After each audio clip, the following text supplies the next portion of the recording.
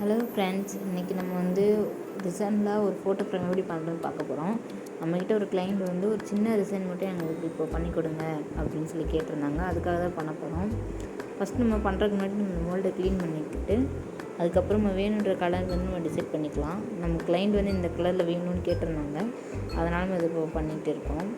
நீங்கள் ரிசன் பண்ணுறதுக்கு முன்னாடி கவனிக்க வேண்டிய விஷயம் என்னென்னா, ரொம்ப கவனமாக பண்ணணும். கையில் வந்து க்ளவுஸ் போட்டுட்டு தான் பண்ணோம், அப்போ தான் இதாக இருக்கும். இது ஃபுல்லாகவே 12 hours காஞ்சதுக்கப்புறம் அதுக்கு மேலே நம்ம ஒரு ஃபோட்டோ ஃப்ரேம் வச்சுக்கோங்க. அதுக்கப்புறம் எல்லா ரிசன்லாம் ஊற்றிட்டு அப்புறம் மறுபடியும் நம்ம செட் பண்ணிக்கலாம்.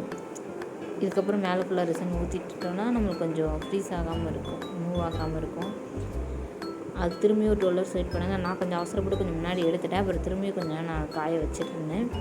அதுக்கப்புறம் நம்ம இப்போ ரிசன் பண்ணி முடிச்ச பிறகு பாருங்கள், இதான் நம்ம அவுட்புட்டு. நல்லா எட்ஜஸ்லாம் கரெக்டாக வந்திருக்குது.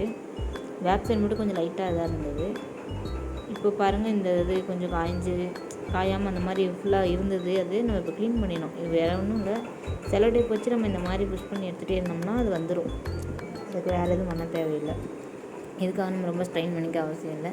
இதுக்கப்புறம் நம்ம அந்த கிளைண்ட்கிட்ட அதை கொடுத்தோம். அவங்க ரொம்ப ஹாப்பியாக இருந்தாங்க, ரொம்ப நல்லா இருக்குன்னு சொன்னாங்க. தேங்க்யூ ஃபார் வாட்சிங்.